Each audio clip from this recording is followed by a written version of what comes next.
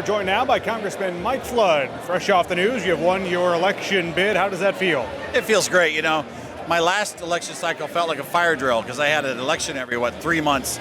This time I was able to go around, sit down with people, spend the time, learn what's going on. And you know, to the folks in the KTIC listening area, I listen to that station all the way down to Omaha to the airport.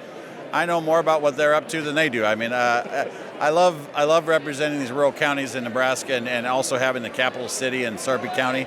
It's an honor and it's a pleasure, and I'm excited to get 2 more years. You mentioned the balance between urban and rural as you represent both sides. How have you tried to go about that this election cycle, but as the representative for this area? What I like to remind people of rural Nebraska is Lincoln is really a collection of small towns. And they understand rural Nebraska. Now, obviously, there's a little different political makeup there, but I think there's a healthy respect for the rest of Nebraska and Lincoln. And being from Norfolk, I think I'm able to bridge both worlds. And, you know, we agree on things like the University of Nebraska, and ag research. We agree on a good transportation system and good quality jobs for our kids and education. So I've been focusing on the things where we agree the most, and it's really been exciting to be a part of what's happening at UNL. Okay, top 2 issues you're going to try to tackle come January. Well, first national one is secure the border. The local one is affordable housing.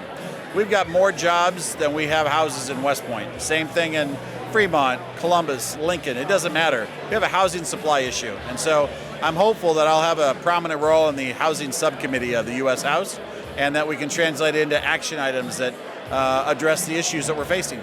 Bring up the committees. As you think about that in your time in Washington, D.C., how do you balance the priorities and decide where you want to serve?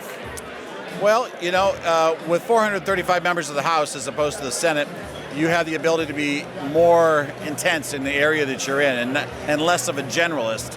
And so I'm handed, for instance, housing as an issue, and that happens to sync up with my district, so it's a good fit. But I'm able to go, 10 steps deep into something where a U.S. Senator just doesn't have the bandwidth to do that. So I always say some of the best policy comes out of the House because we have the ability to really focus, where in the Senate they struggle because there's so few of them. Speaking of policy coming out of the House, Farm Bill still stalled at the moment. What's your outlook for something getting passed in the lame duck versus come January? Well, G.T. Thompson from Pennsylvania, the current ag chair, he told me he was confident we could do something in the lame duck.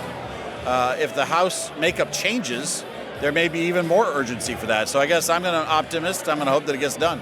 Okay, lots of conversation about the great aspects of campaigning. You've done a few of these campaigns by now. What's your least favorite part of the campaign season? Well, it can be very negative at times, and you can't let yourself get drugged down into it.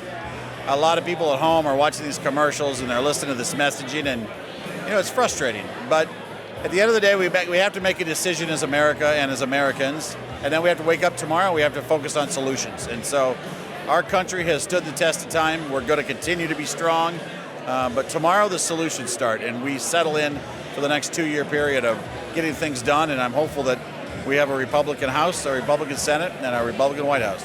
Congressman, congratulations. Thanks for your time. Thank you very much, Bryce. You have a good night.